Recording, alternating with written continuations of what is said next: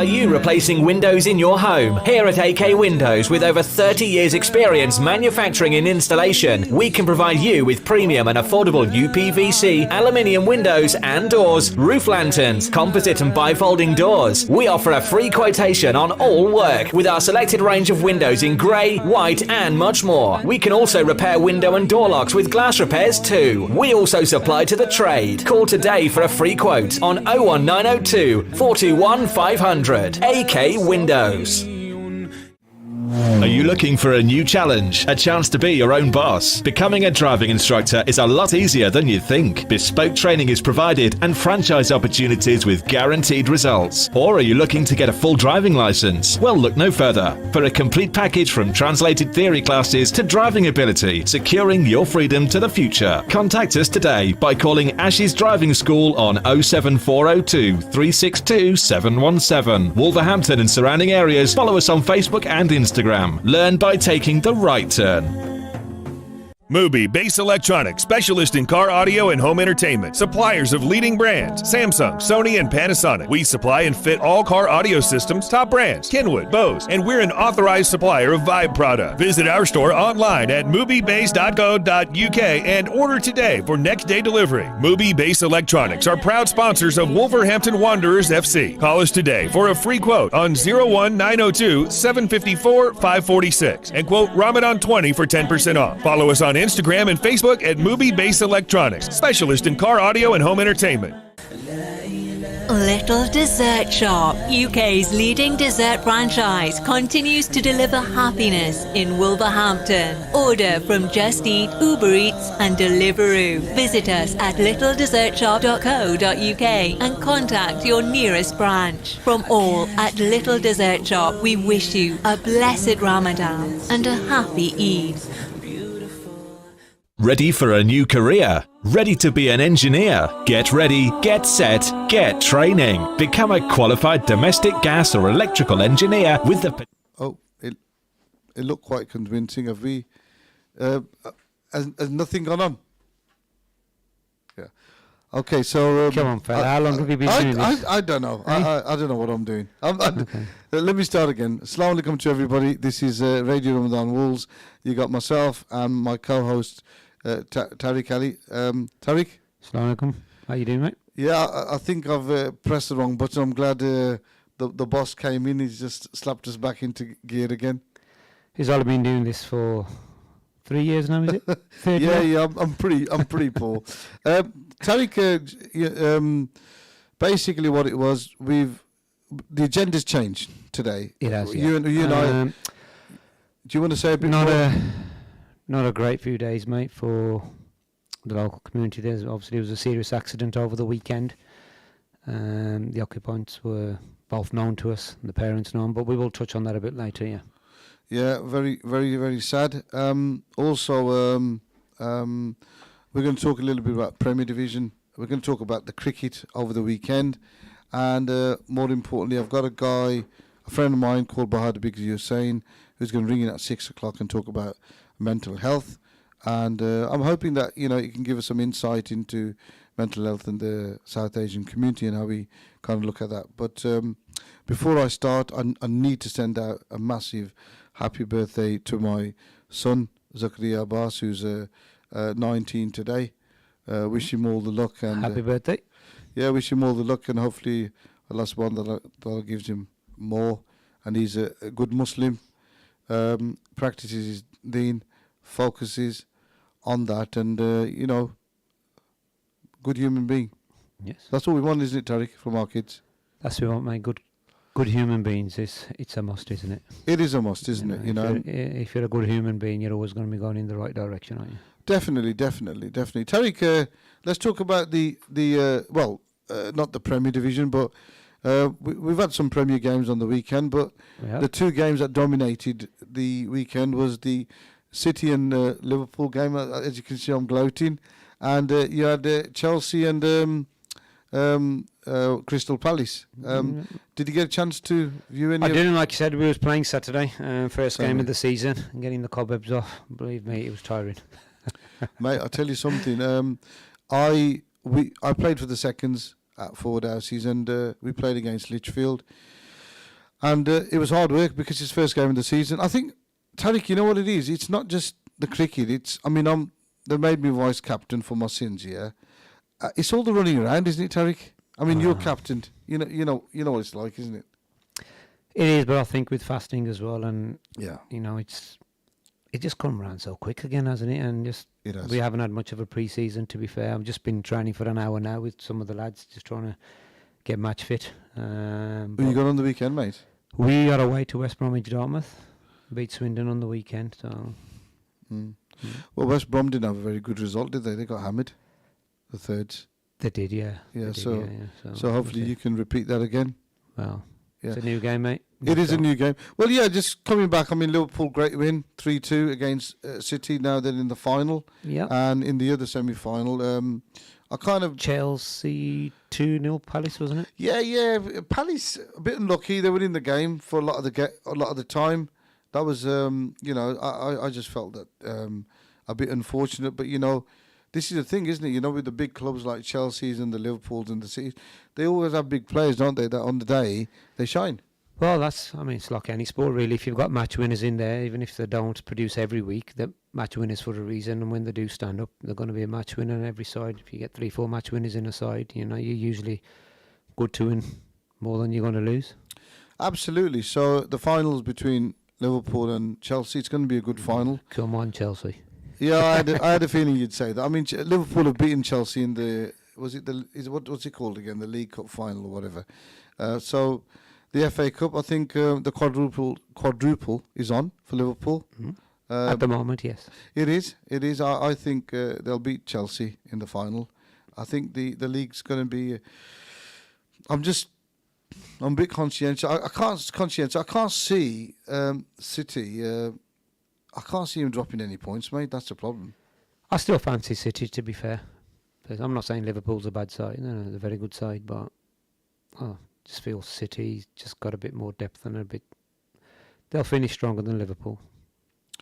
Yeah, I think they will. I think that the running for City is not that. It's not that difficult either, is it? It's fairly a lot easier than what Liverpool have got. Liverpool have got United. I think they're playing them tomorrow, aren't they? I'm fairly sure, unless I've got that wrong. Possibly, yeah, sort of thing. On the other hand, United, they beat 3-2. Yeah, not Norwich. bad. They needed a win, to be fair. Great shakes beating Norwich, to be fair, but a win's a win.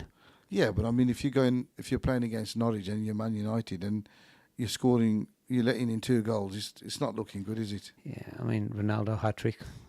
Again, it's somebody who stands up every now and then. He's a class act, isn't he? He is, yeah, but I don't think he's as consistent as he was. He'll probably go a couple of games, 3 games, 4 games without a goal, and then he comes up with a hat-trick, Yeah, but I mean, it's all age as well, isn't it?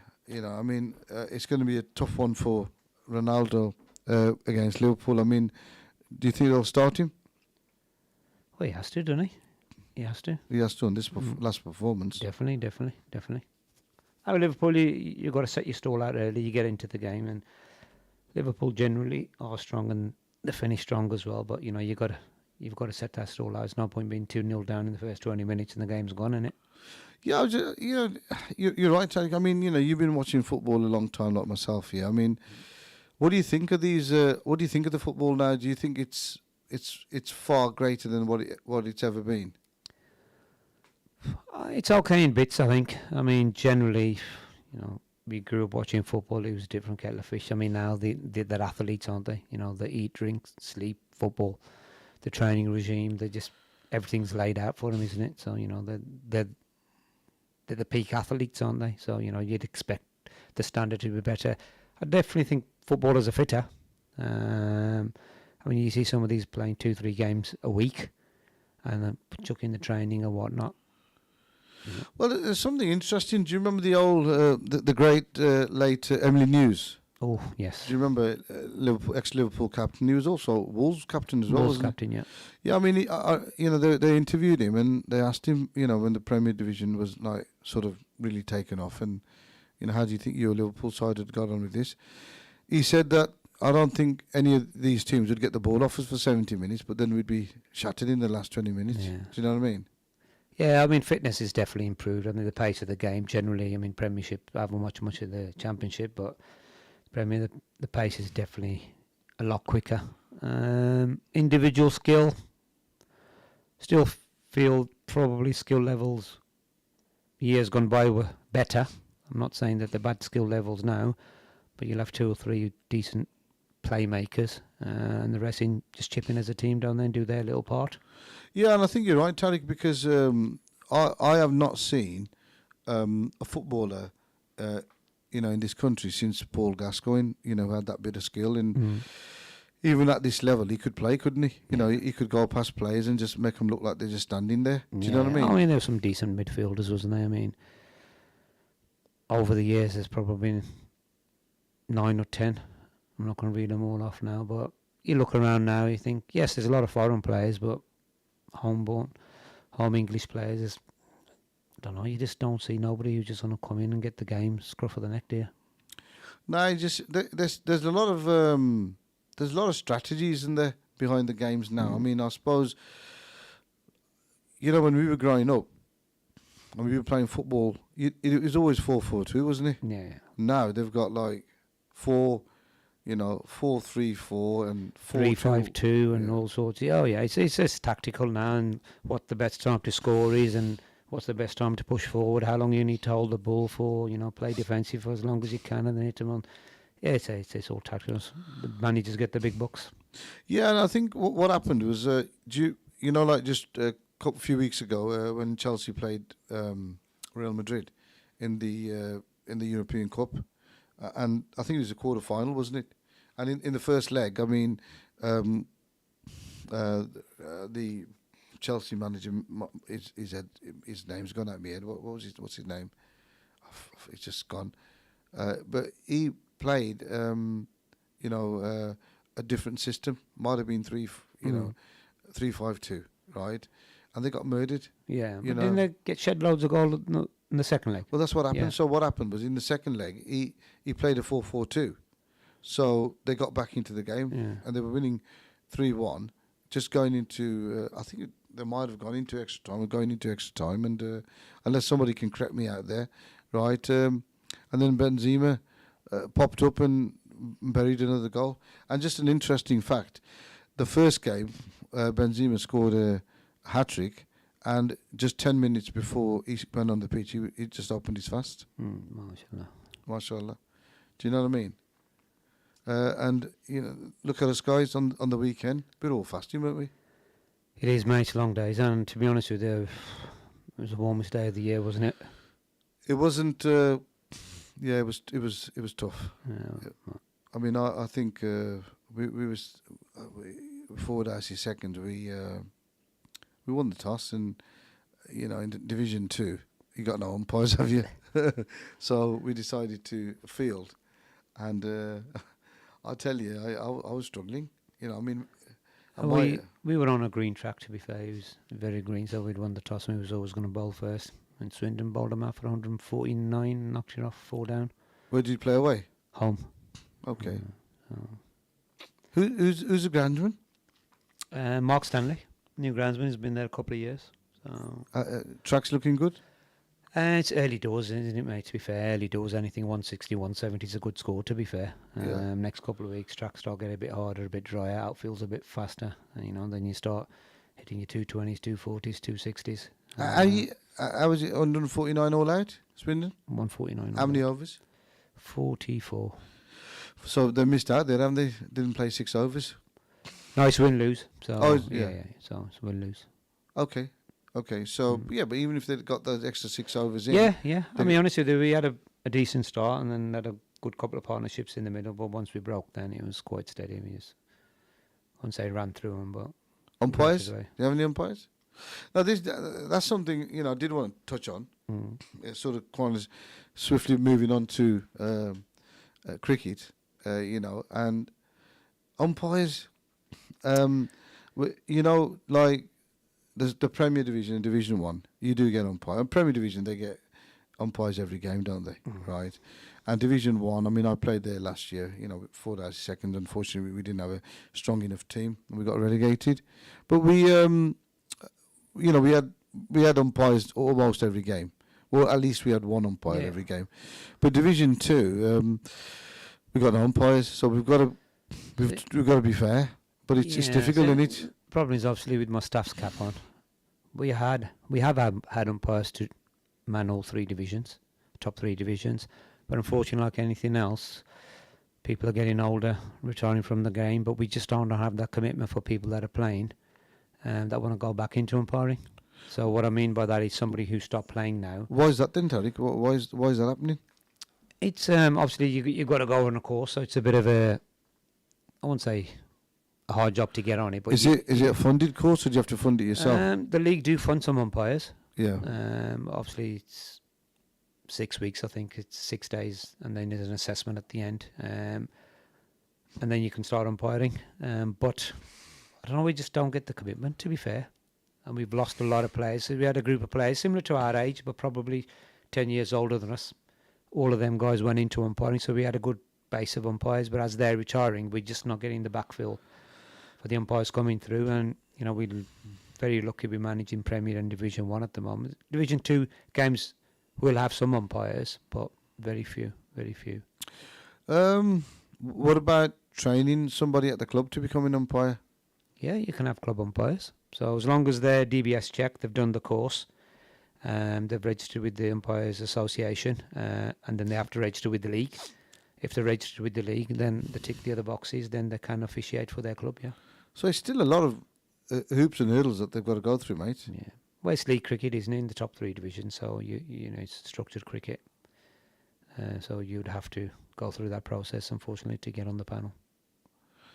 Yeah, I just feel that there seems to be a lot of we need these people, but it's. I mean, like if I want to be an umpire now, right? I mean, I wouldn't do it because I think I don't know about yourself. I mean, obviously played against Wolverhampton Thirds, you don't get any abuse, do you?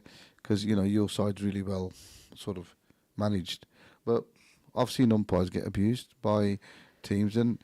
If I was going to umpire and then I was going to put money in my own pocket to, pay for the course to become an umpire and then get abused, you're thinking, well, why have I done this? It comes down to man management, doesn't it? I mean, everyone's fair. I won't say there's any bad umpires out there, but, you're always going to make a bad decision. You've got to turn the TV on and watch international cricket. You probably get 6 to 10 bad decisions a game. Probably more in a test match, and they use DRS and all sorts and reviews to get it right. Absolutely. So, at club level, you go with the umpire's decision. As long as it's not generally cheating, then you've got to take it, haven't you? I mean, what gets me, you could have an umpire turn an LBW down, 3 balls later, he's dropped in slips by the own player, but the umpire's getting abused for making a bad decision. Yeah. However, their own teammate who should have taken the catch, he should have been out, gets no abuse at all. At the end of the day, it's the same thing. It's a wicket, whether the umpire would give it out or it would have been caught. Well, I don't agree with you there because, Danny Hussain. Well, I dropped one of his catches 2 years ago. He's still reminding me about it now. Do you know what I mean? He's been giving me abuse for the last 2 years. No, dropping catches is part of the game. I'm only winding you up. Yeah. So, but yeah. If anybody's really keen and wants to get into umpiring, and give me a call. We can get him set up. You can probably get him on a free course. Make a bit of money over the weekend. Yeah, Tariq's just mentioned a number, right? So let me just remind you guys of a number. I mean, come on, guys. There must be something that you want to ring in or talking about. So we've got our studio number, which is 01902 972 150. Let me just repeat that again. 01902 972 150. And then if you don't want to talk and you just want to WhatsApp the text, you can text in on 07 440 420 432. Again, 07 440 420 432. I just want to touch a little bit on your first team and our first team and the results on the weekend. You guys didn't have a very good result, did you once? No, it was a tough start, mate. Our Australian overseas has just arrived, so he's not available. We didn't have our Worcester County players. Neither of them could play either. So it was 3 quality players down, to be fair. But we should have been more competitive still. One of those things, isn't it, really? But how did your seconds get on in the Staffs Prem? We had Whittington at home. Not a bad game, to be fair. Did you watch it?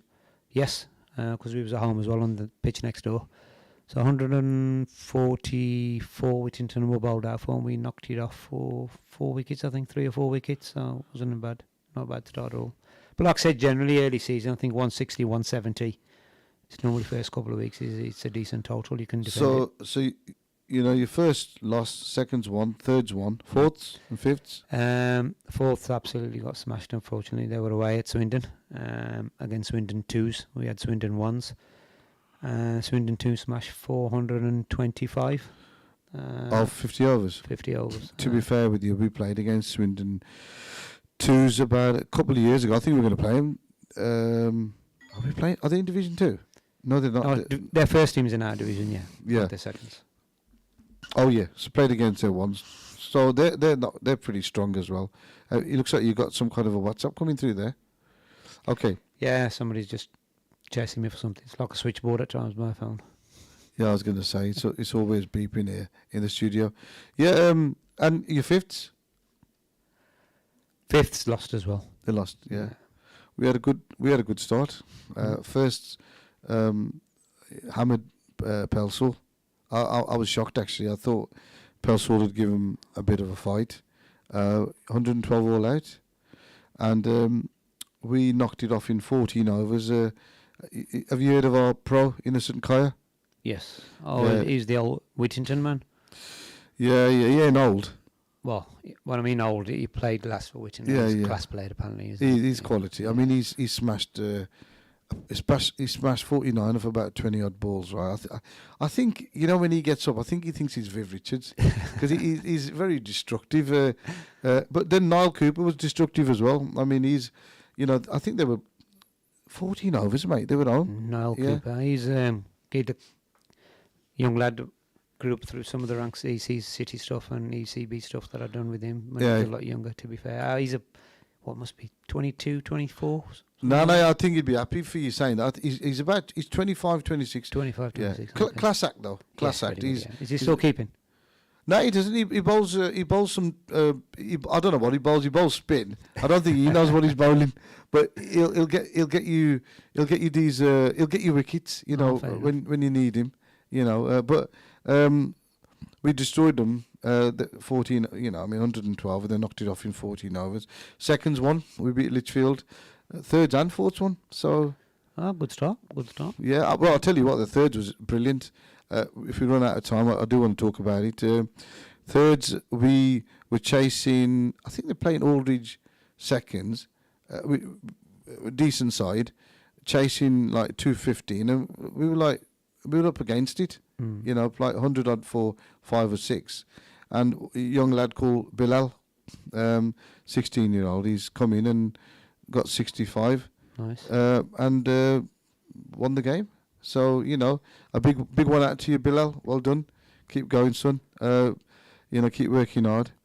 We've got 20 seconds before the break. Just those numbers again. 01902 972 150. And then WhatsApp 07440 420 432. We'll be back in about 4 to 5 minutes. So look after yourselves, and inshallah we'll see you in a bit. Take care and God bless. Bye.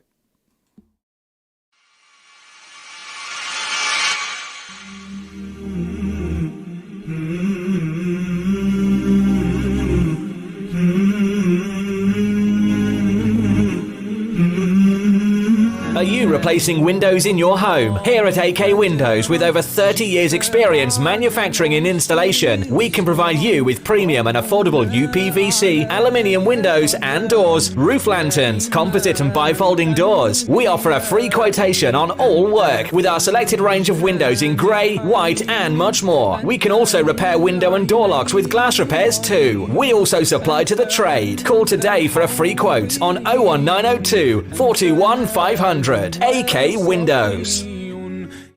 Are you looking for a new challenge? A chance to be your own boss? Becoming a driving instructor is a lot easier than you think. Bespoke training is provided and franchise opportunities with guaranteed results. Or are you looking to get a full driving license? Well, look no further. For a complete package from translated theory classes to driving ability, securing your freedom to the future. Contact us today by calling Ash's Driving School on 07402 362 717. Wolverhampton and surrounding areas. Follow us on Facebook and Instagram.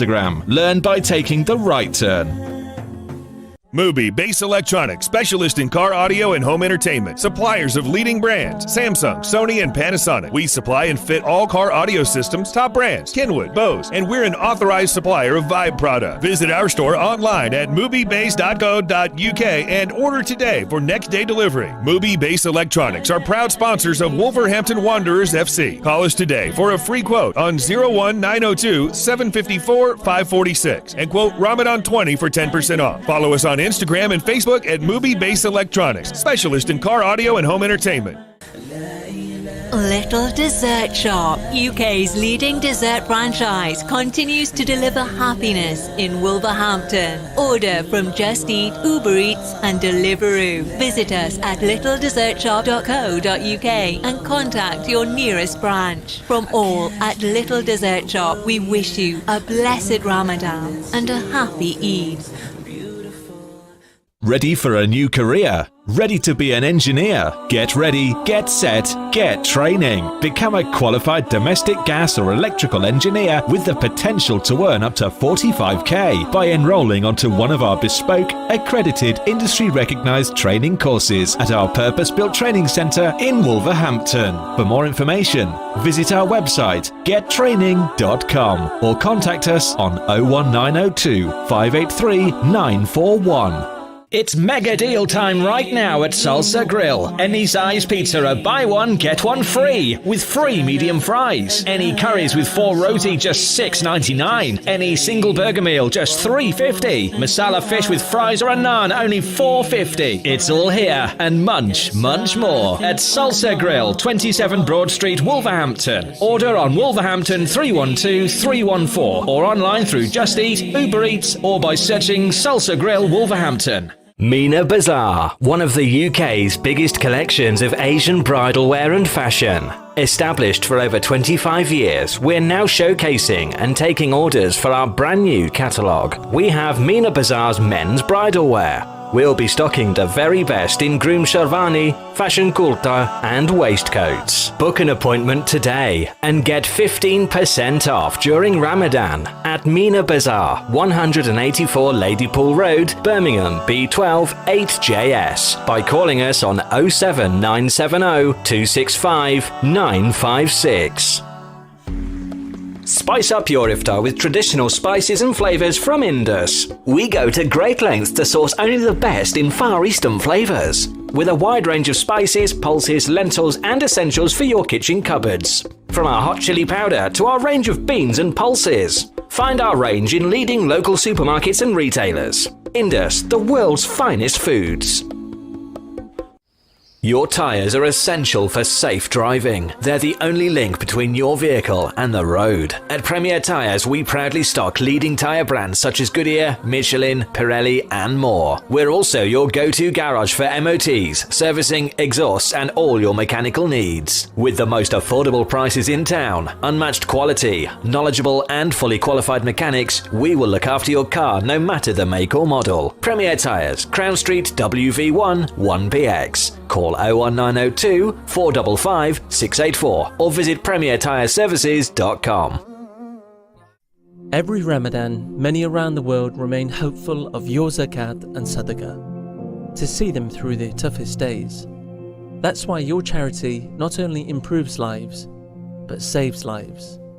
Give hope to millions around the world from your hands, through Muslim Hands. Hope is never lost when we place our trust in Allah. Hold on to hope and help save lives. Visit muslimhands.org.uk today. This is Ramadan Radio, your local voice, your local Muslim radio. Go to RamadanRadioWolves.com and donate to your local mosque.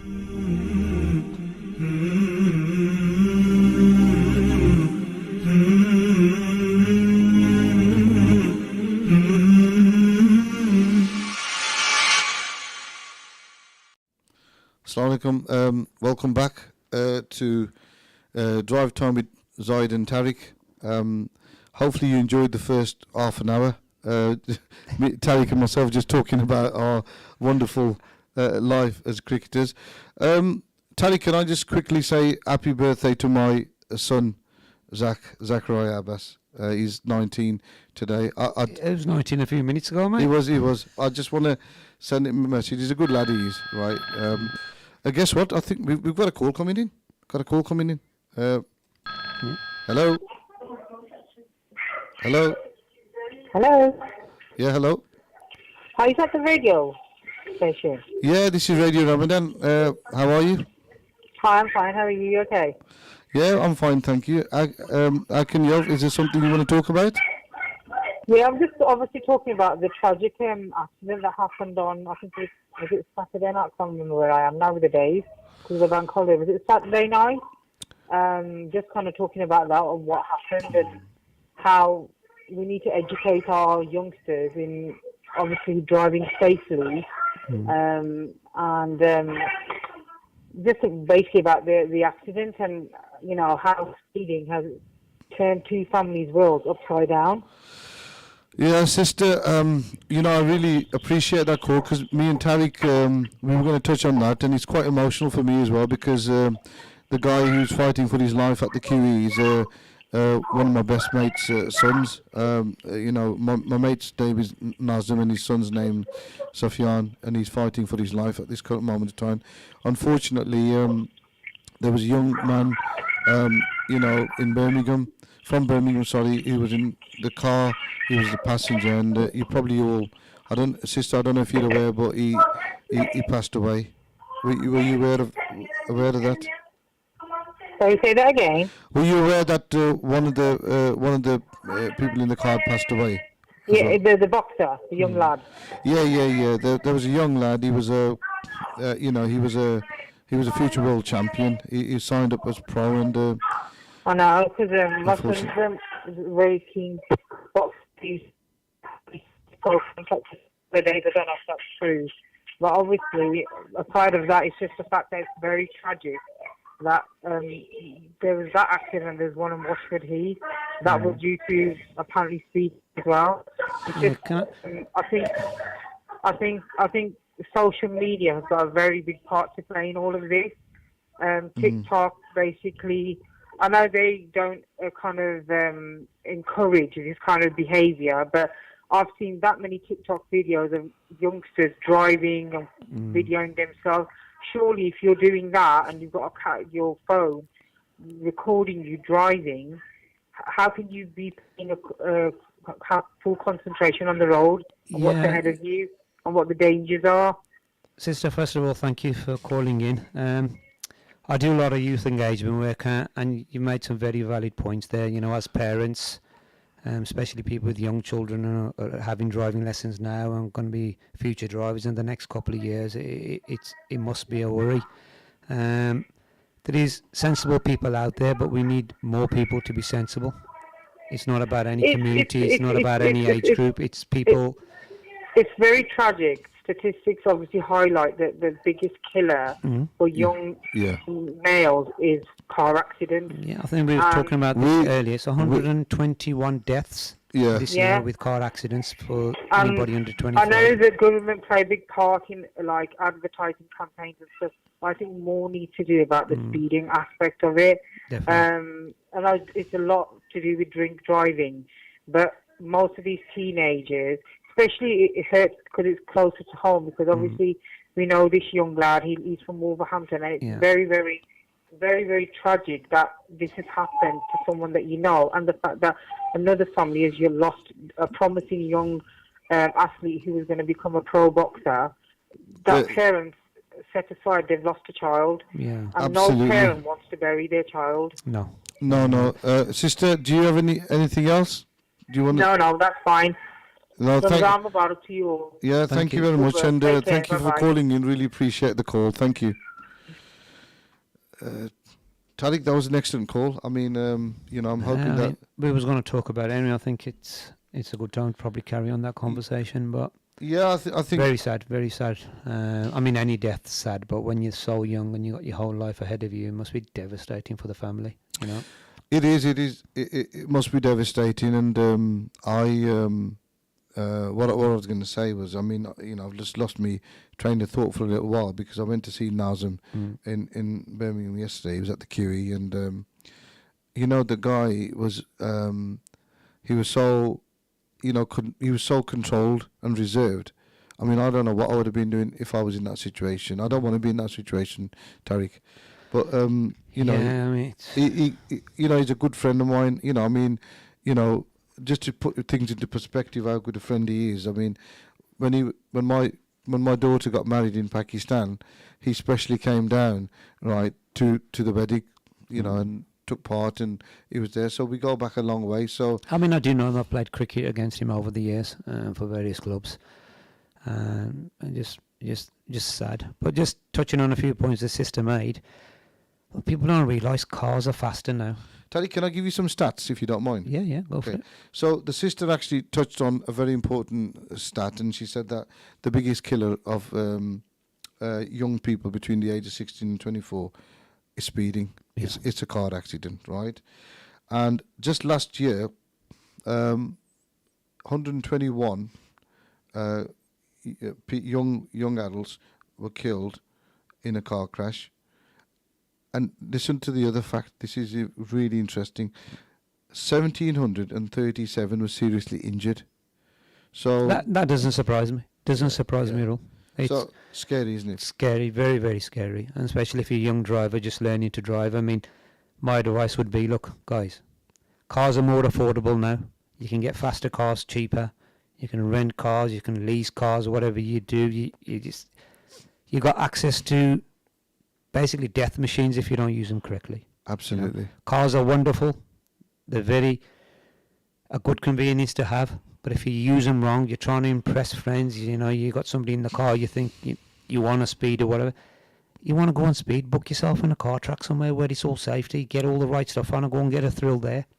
You're putting yourself in danger and you're putting your passengers in danger. And look at the grief you'll leave for your family behind.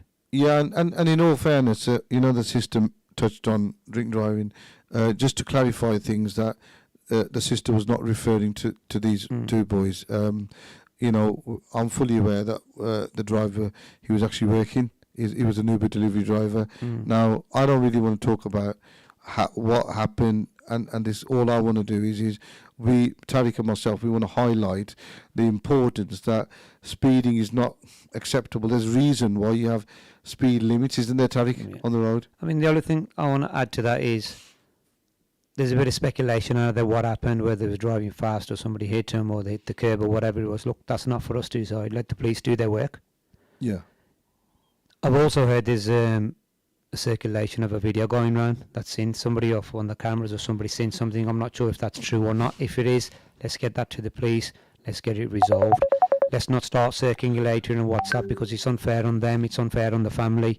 They're already in a difficult time. Let's not make it any more harder for them. Yeah, I think Tariq, you're right. I've been told last night I met I think the brother from Penfields. He was actually the first one on the scene, right? And he's a taxi driver. We all know him, right? And he gave me some sort of feedback, and apparently there is somebody in the local area who are helping the police with their inquiries. Okay. There is some kind of a CCTV video. But what I will say is, before we carry on, if anybody else wants to call in like the sister did, just to give their sort of thoughts, the phone number for the studio is 01902 972 150. That number again, 01902 972 150. WhatsApp text is 07440 420 432. Again, 07440 420 432. Tariq, have you had any texts come through? No. Nothing at all. Well, what I will say is, going forward now, this tragedy has happened. Yeah. It should not have happened, but it has. Yeah. Parents need to speak to their young children, especially if they're buying their first car. is not get something that they can't handle. Start with a smaller car, get some experience, and as you get older, you get a bit maturer, you don't need that thrill anymore, then get something a bit more expensive, a bit more faster. But don't buy your kids young kids fast cars. If you are buying them, have conversations with them.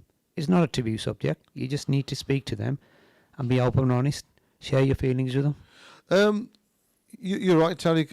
Tariq, that's interesting you say that, because yesterday, I went to watch a game of cricket at our Wolves. There's a couple of T20s going on Sunday, and I met, I met a family who I know really well, and their lad was playing, and the parents were chatting, and they mentioned the accident, and their lad, who's 19, he's passed his test recently. The parents, they're quite well off, and they said, do you know, we could have got him a sports car, but we ain't. We got him this one. So they've got him a really basic 1 litre. So the chances of him, I'm not saying he can't speed in there, he can, but the chances of him trying to speed in there and look the part, it's not going to add up. Do you know what I mean? Yeah, I mean, and that's a sensible decision. I remember buying my lad his first car. It was a 1 litre Corsa. He probably won't thank me for saying this, but I could run faster than that car at that time. But again, it was for his own safety. Now he's a bit older, a bit wiser, a bit more mature. He can handle any car he wants to. And that's the right way to go about it. Sometimes you get a car and there's a bit of poke in it, and, kids, peer pressure, other people in the car, they just feel they got that power and they want to just get that little thrill. But it's all good if it works. But the one time it goes wrong, then, we are where we are. And Tariq was right. I mean, I like my cars, but I'm very conscientious on the streets that they're not designed for speed, because somebody's going to pop out, isn't there? No. Right? And I've been on driving ambitions, Brands Hatch and these kind of places where I've paid and gone around, in a fast car, but I've been there with somebody who's been supervising me, right? And they've told me the same things. They've said, listen, we're driving 100 mile per hour around this track, but you can't do this on the roads. No, it's a big no-no. I mean, speeding limits are there for a reason. I know we all push them at times, but you've got to know your environment, haven't you? If it's an open road and it's a 30 and you're doing 35 or 40 or whatever, then the chances of something happening are less. If you're in a tight built-up area and you're trying to push it a bit more, then obviously all your chances increase. And especially with people out on the road all the time. And you mentioned he was a driver, not picking on him individually. But if you're a driver, automatically you're in your car more. You're going to do more mileage. Absolutely. So the chances of something happening have increased, 20, 30, 40, 50-fold, because you're using your car more. For somebody just going to work and back, all of a sudden you're in your car 7-8 hours. And it just increases everything around you, doesn't it? It's so sad, so sad. It is. And I think what it is I was going to say the government need to do more. I don't think they can, because they put a driving test there, and the reason why they do that is that you're safe enough to drive on the road.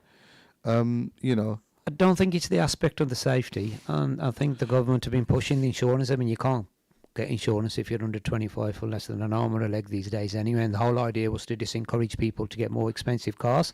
Yeah. There's boxes you can put in your car, so your insurance is cheaper as well. But it just comes down to the thrill factor and being with your mates again, isn't it? And, you're late for something all the time and you just want to push it a little bit more, get there 2 minutes before. But, if you could roll back time, that 2 minutes, you'd give up that 2 minutes all day, wouldn't you? Yeah, and the sister touched on something about social media, TikTok and all this. I mean, I'm going to tell you now, you're not going to like me for this, but I used to have TikTok, but I don't, because I just got... It was such a waste of time for me. But, these youngsters, I mean, my young lad, his mates, they're always on TikTok.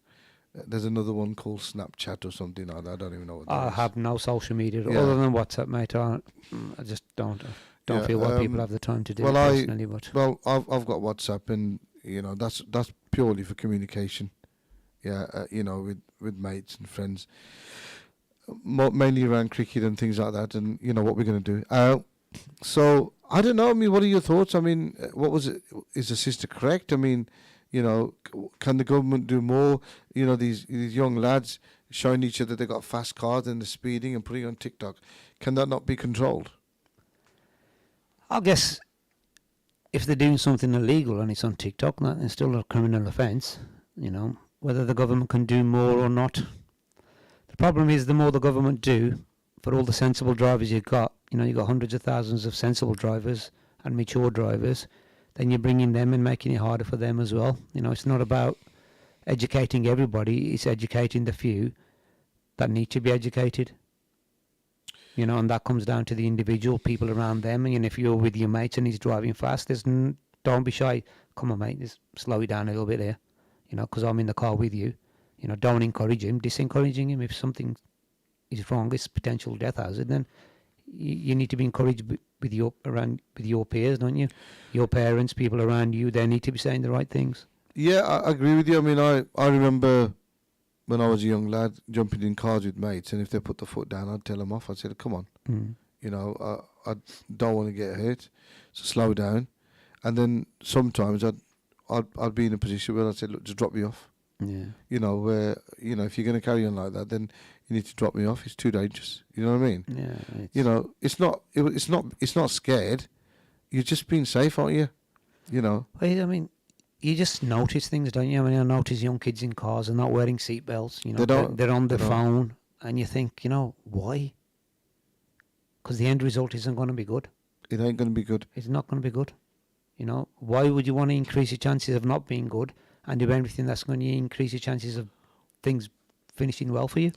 Yeah, and just a quick message out there, guys. You know, again, Nazem, when I met him last night, I spoke to him this morning as well. You know, his lad, he just said, can you please pray for him? So everybody listening out there, you know, if you could please, you know, when it's iftari time, and you open your fast and you read your Maghrib, please pray for the kid, you know, and just hopefully, inshallah, Allah can give him the strength to fight out of this, because, you know, for his father, it's his only lad, you know. So, you know, obviously, from what I've been told, he was a very responsible young man. You know, while his dad was in Pakistan, he was looking after the family. So he's a very responsible young man. I just hope him well. So please, everybody out there again, please pray for the kid. If you've got any questions or you want to get involved with this conversation, the telephone for the studio is 01 902 972 150, and the WhatsApp is 07 440 420 432. Just touching back on social media. Social media does have its positives as well. I don't want to beat up social media here, Tariq, because I know people who teach people about driving and how to pass driving tests and things like that on YouTube as well. You know, you must have seen those where they're giving advice and stuff. Yeah. I'll be honest with you, I'm not really a social media man, but yeah, I can imagine there's plenty of stuff out there. As for as much good stuff, there's bad stuff as well. But I think we just need to be educated enough to understand what's good for me, and you know, take the good stuff away and not get involved with any of the bad stuff or the bad habits. You know, you haven't got to impress anybody. Yeah. You know? Why do you want to impress anybody?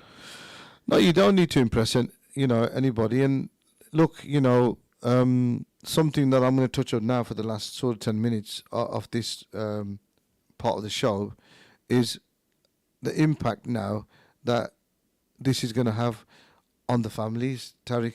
Devastating. You know, what kind of impact do you think it's going to have? You know, what do you think? What do people out there think? Come on, ring in. You'd think straight away families will want answers, won't they? You know, why it's happened. You know, regardless of whose fault it was. You know, could he have been stopped? Could we have done anything different? You know, should we have let him be working that late? You know, there's probably going to be a lot of questions going in there. What could have I done different to try and avoid this day? But, you know, at some stage, you have to let go. I know there are siblings. You have to let go and you have to trust them. But in that trust, we expect people, you know, to be responsible. But, you know, you say responsible, but it's are you responsible when you're 18, 19? Yeah. You are? Why not? You can be? Or You can be, yeah. I know it's more difficult now because a lot more kids, I won't say pampered, but are at home for a lot longer and expect a bit more from family support. But there's no reason why, you can't get a 17, 18, 19-year-old that isn't mature and understand what he's doing. There's a lot of people that age understand what they're doing. I'm not saying responsible in the sense of, they've got to do everything right in life. The kids, they'll learn, but you've just got to be careful that one wrong decision doesn't cost you your life. Because that's all it comes down to, one bad decision. Yeah. And why would you want to risk and put yourself in that position? Just think about what you're doing. Just take a step back. Think it through.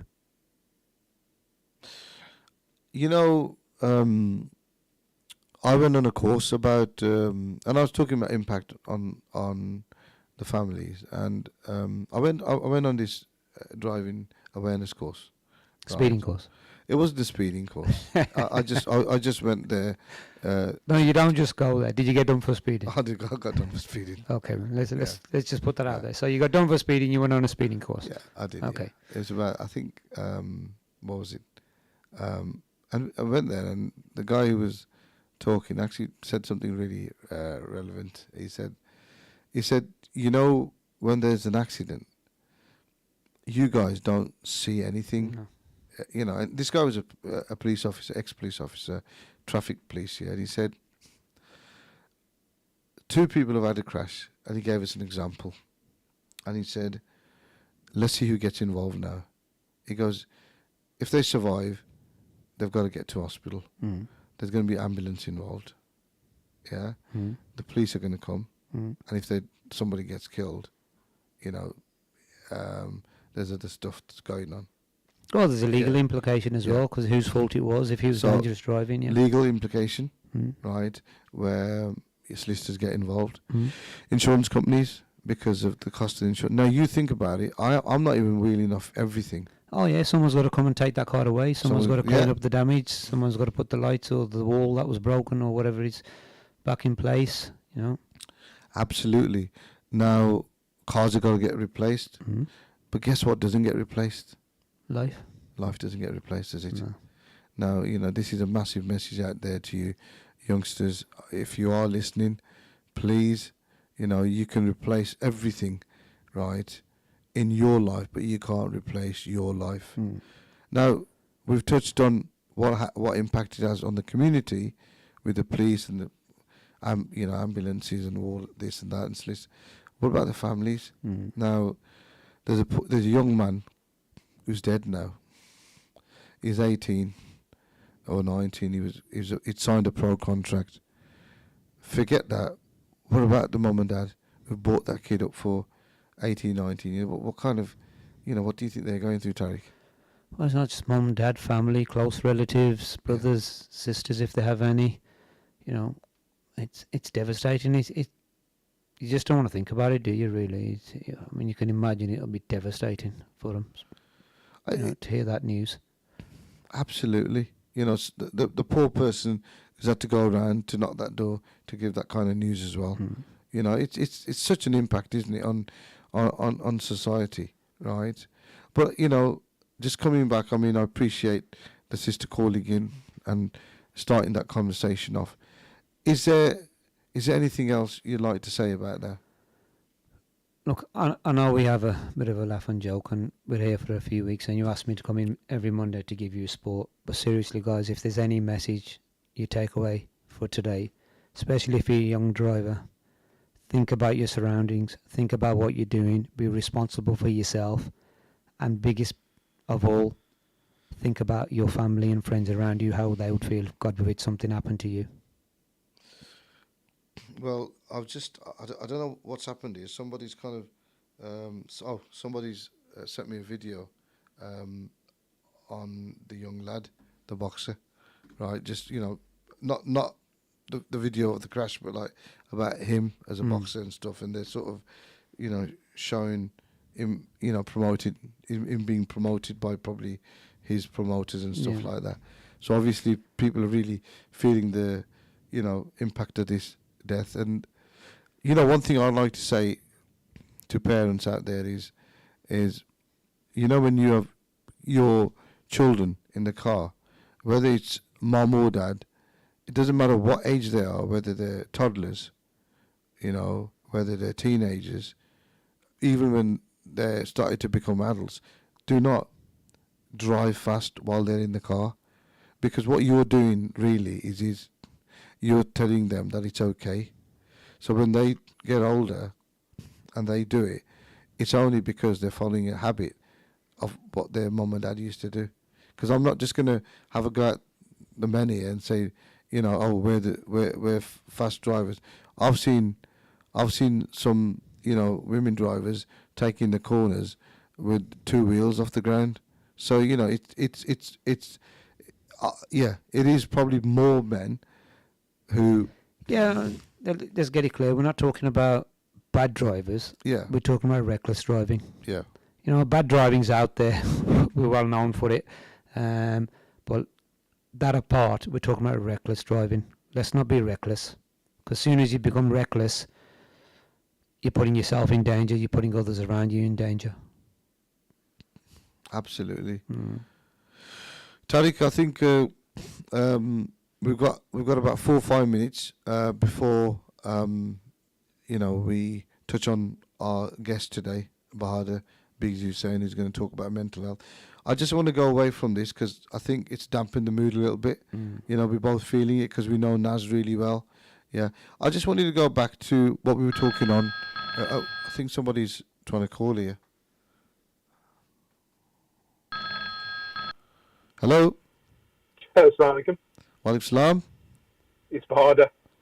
Oh, Bahadur, you rang us a few minutes earlier. We're expecting you after 6 o'clock. No. I'm not going to ask you to hang up. But have you been listening in? No. I've been making notes on my own thing. So sorry. Do you want me to ring back later? No. You stay there. You stay there because I do want to ask you. The topic we've been talking about just recently, Bahadur, is I think I spoke to you about this earlier on.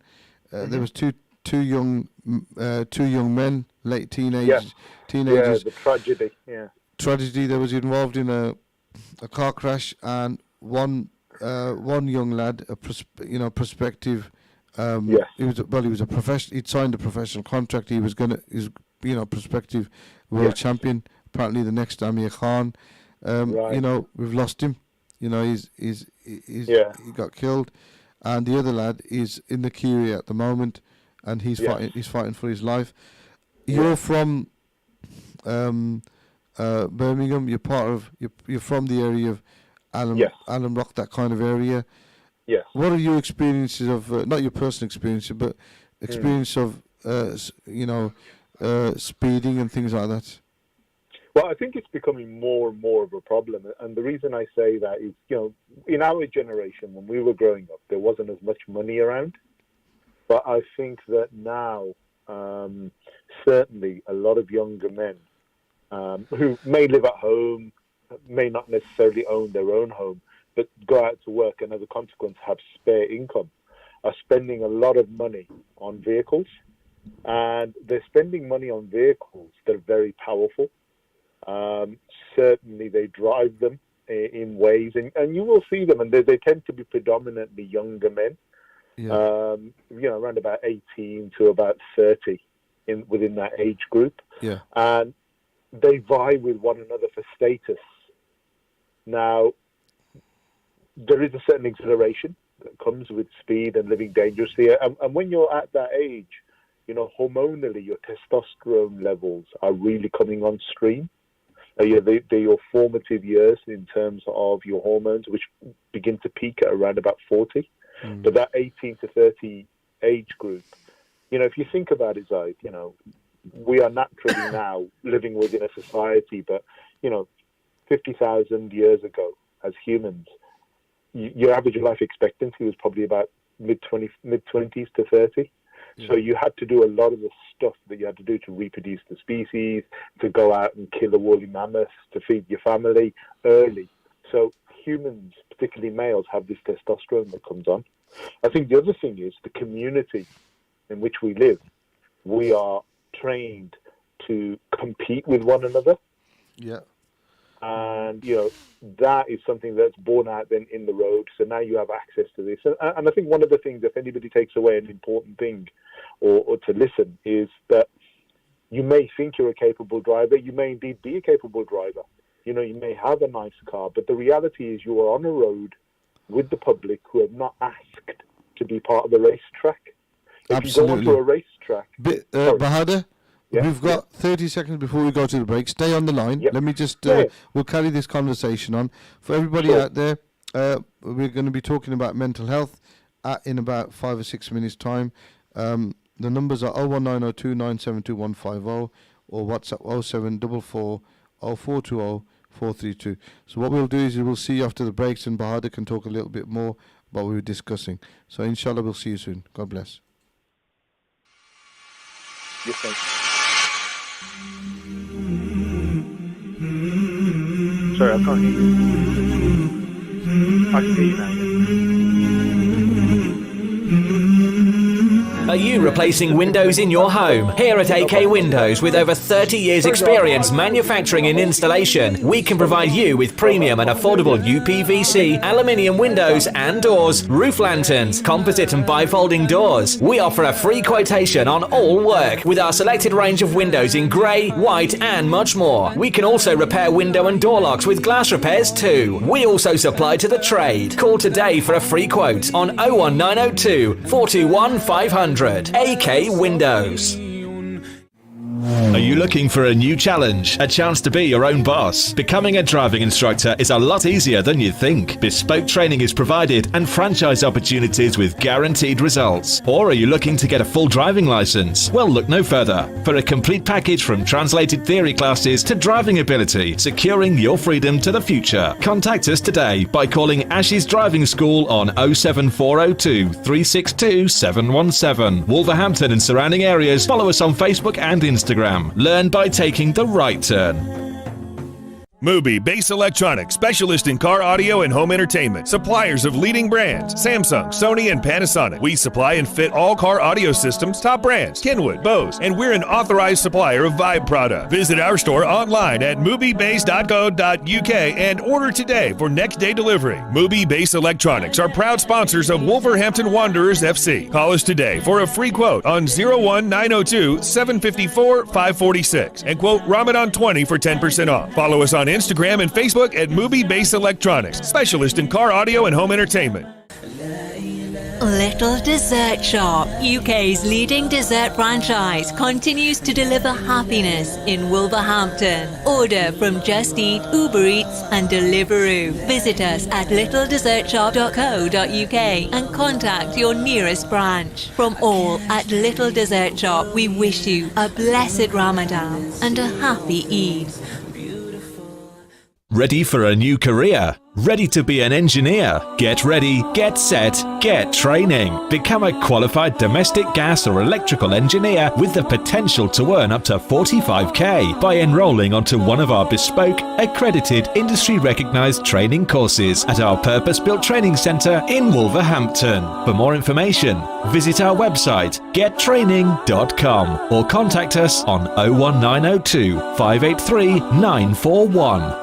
It's mega deal time right now at Salsa Grill. Any size pizza, a buy one, get one free, with free medium fries. Any curries with 4 roti, just $6.99. Any single burger meal, just $3.50. Masala fish with fries or a naan, only $4.50. It's all here and much more at Salsa Grill, 27 Broad Street, Wolverhampton. Order on Wolverhampton 312 314 or online through Just Eat, Uber Eats or by searching Salsa Grill Wolverhampton. Mina Bazaar, one of the UK's biggest collections of Asian bridal wear and fashion. Established for over 25 years, we're now showcasing and taking orders for our brand new catalogue. We have Mina Bazaar's men's bridal wear, We'll be stocking the very best in groom sherwani, fashion kurta and waistcoats. Book an appointment today and get 15% off during Ramadan at Mina Bazaar, 184 Ladypool Road, Birmingham, B12 8JS by calling us on 07970 265 956.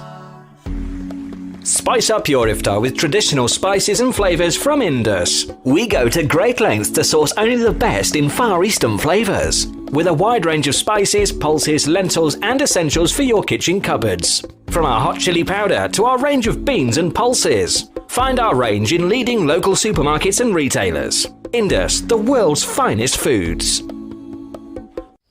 Your tyres are essential for safe driving. They're the only link between your vehicle and the road. At Premier Tyres, we proudly stock leading tyre brands such as Goodyear, Michelin, Pirelli and more. We're also your go-to garage for MOTs, servicing, exhausts and all your mechanical needs. With the most affordable prices in town, unmatched quality, knowledgeable and fully qualified mechanics, we will look after your car no matter the make or model. Premier Tyres, Crown Street, WV1 1PX. Call 01902 455 684 or visit premiertyreservices.com.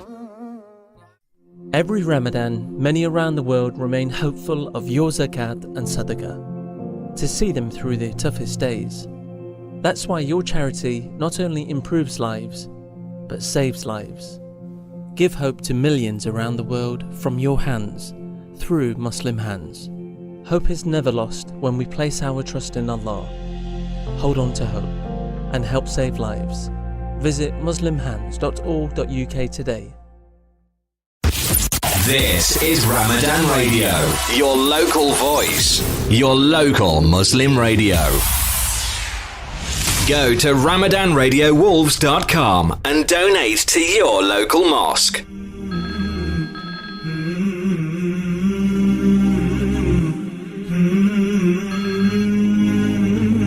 Hello guys, Zahid.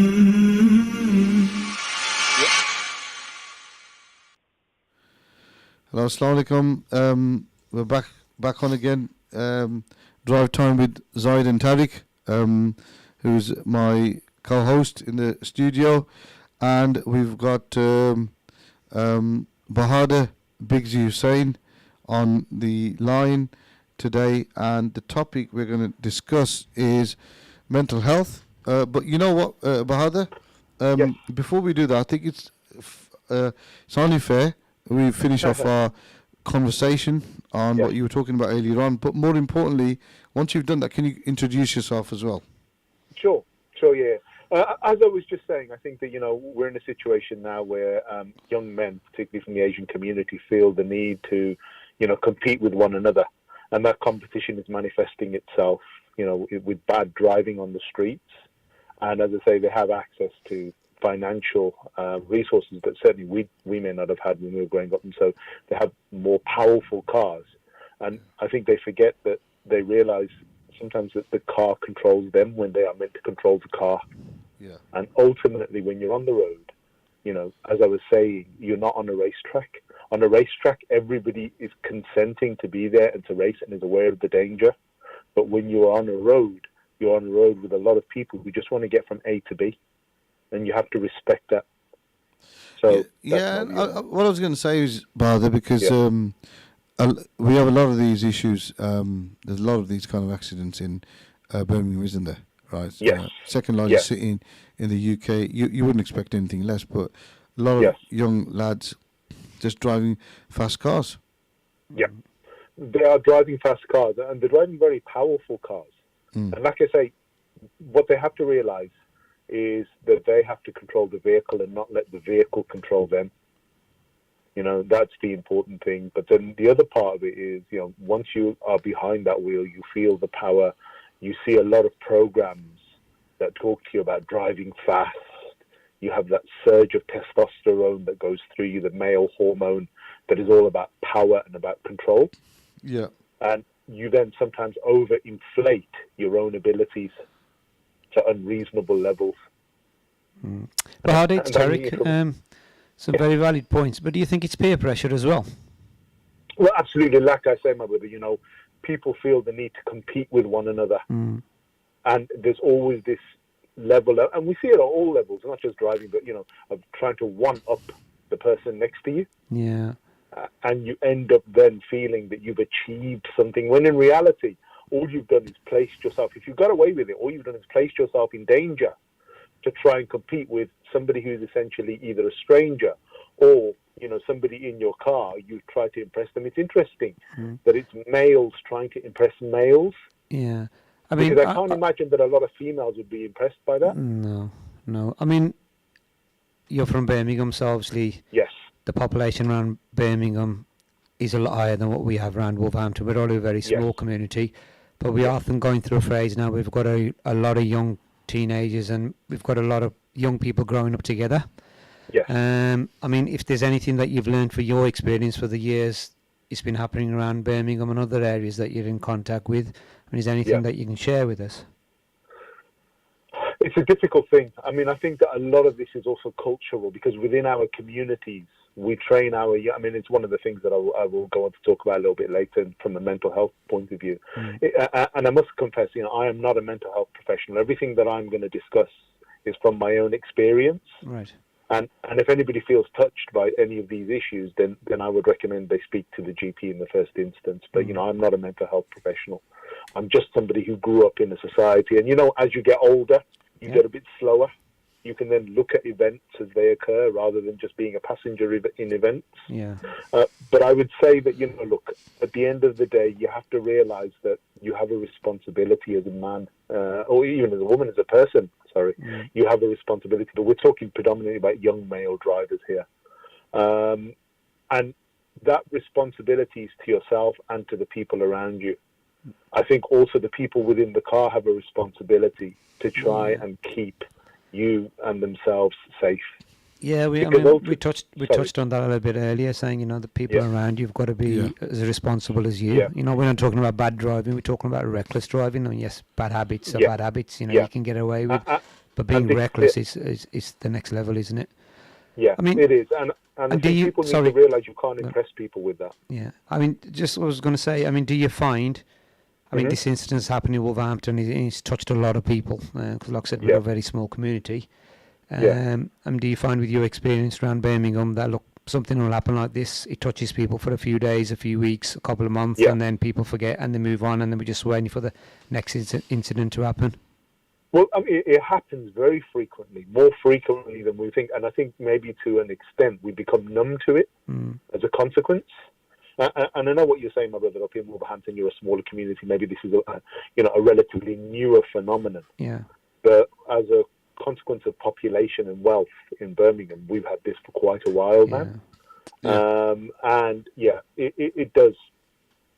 I think you have to desensitize yourself to it, because otherwise you're then forever telling people to slow down.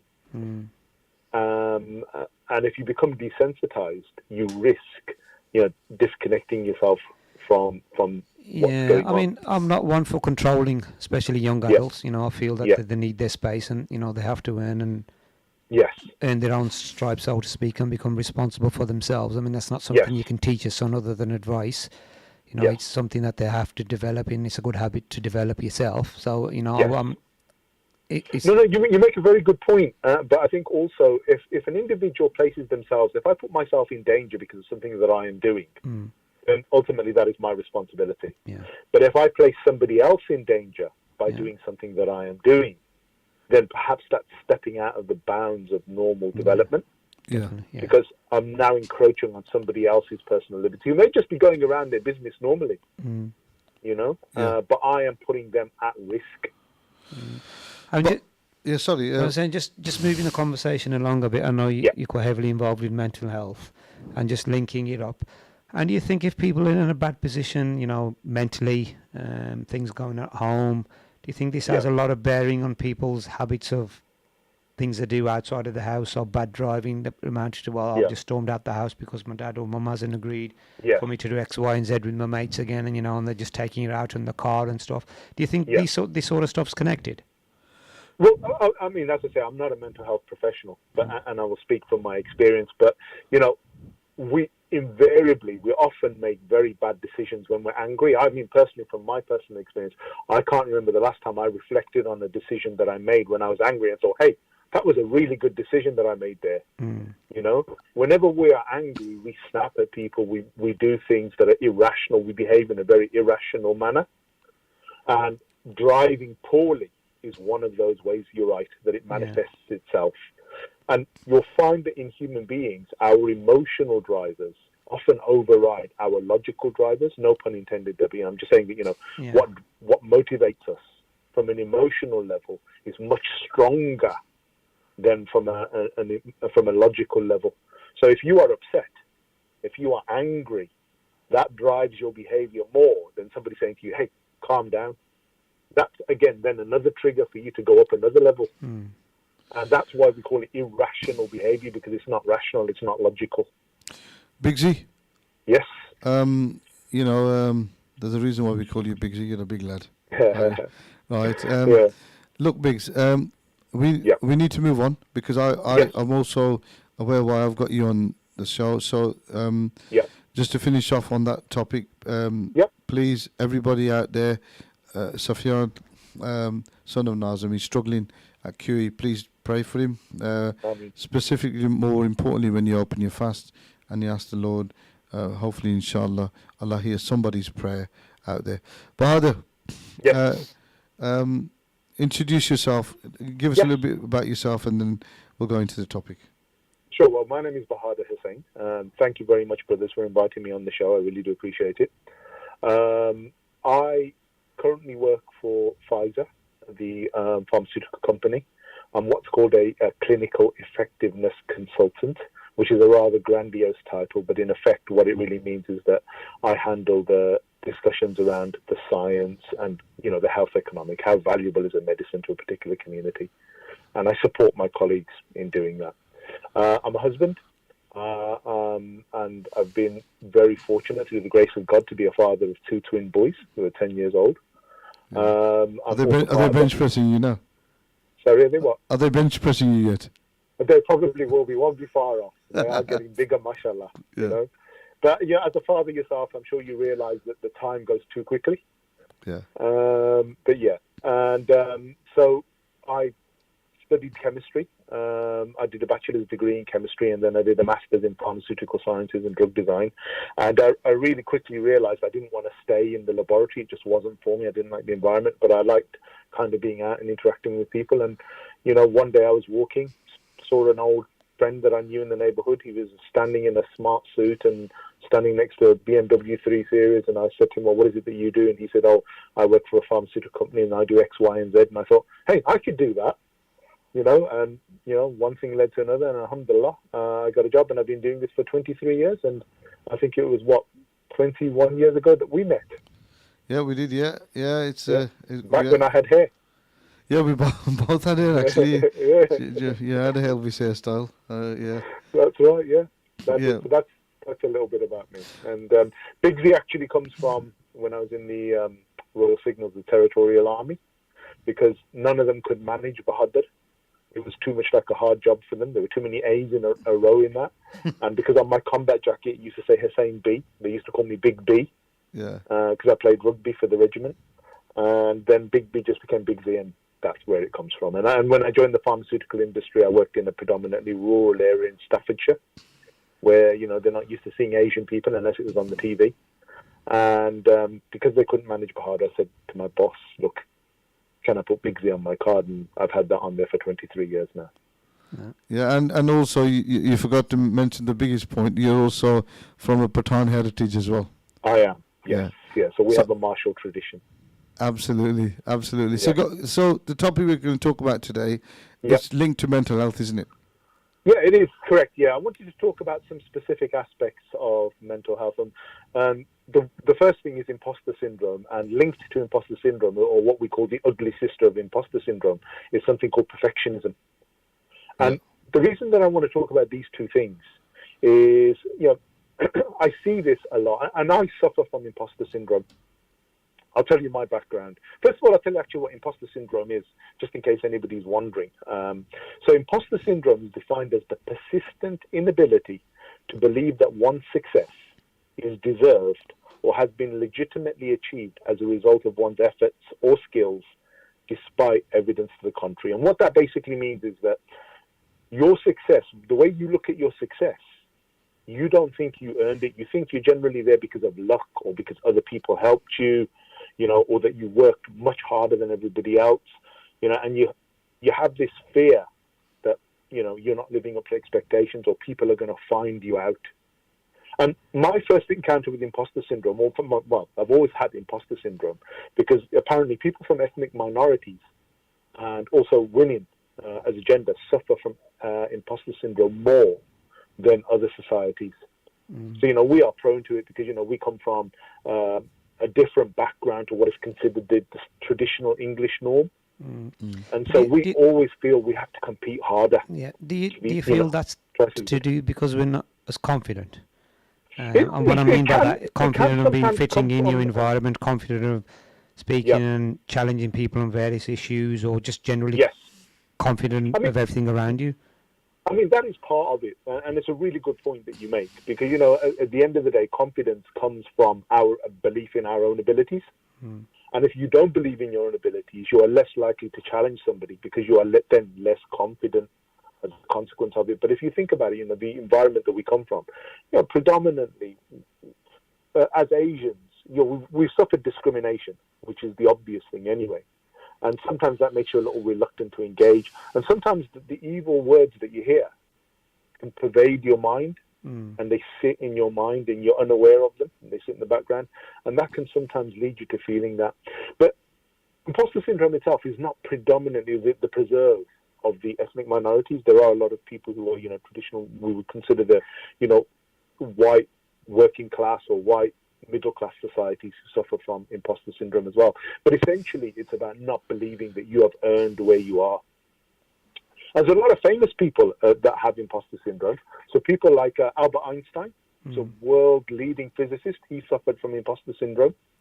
Maya Angelou, who was a world renowned novelist and poet, she suffered from it.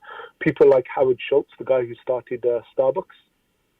And Sheryl Sandberg. Sheryl Sandberg is a lady who wrote a really interesting book called Lean In, and she was the chief operating officer of Facebook and was also a distinguished Harvard graduate, and she suffered from imposter syndrome. And the reason I wanted to talk about it was because I always, no matter what I'd done, I always was really hard on myself. It's like, something was not good enough. This was not good enough. I've got a degree. Why didn't I get, a better degree? I've got a master's degree. Why didn't I get a PhD? There was always some reason why I'd never accepted what I'd done. And I see this a lot in a lot of people. At work, I'm fortunate enough to be trained to give a course that covers imposter syndrome. I'm just going to have to come in there because, Bahadur, it looks like we might have to get you back on next week because we've probably got just over a minute to go. If you can just give us a synopsis over the next, say, 30 seconds, and then we're just going to have to knock it on the head for today. No problem. Just to close it off, if you have these feelings of inadequacy or feel that, you're not where you are, realize you are not alone. Okay, a lot of people suffer from this. There are a lot of resources that can help. YouTube, there's some great videos on imposter syndrome, realizing it. And you have to realize that it is a journey. It's not a sprint, It's going to take time. I found out, I'm 51 now. I found out about imposter syndrome when I was 35. I'm still coping with it now. But at least I know what the beast is. So realize, I think the most important thing is to realize you are not alone. Biggs, I'm going to have to get you back on next week. Thank you very much for calling in. Tariq, you were going to say something? For inviting me. I was just going to say thank you for your time. It's a shame we couldn't continue this conversation. We will carry this. I think we will carry this conversation on next week, Bahadur. But inshallah, I'll speak to you again soon. Thank you and goodbye. And goodbye to everybody who was listening in today. And inshallah, we'll speak next week. God bless. Assalamu alaikum.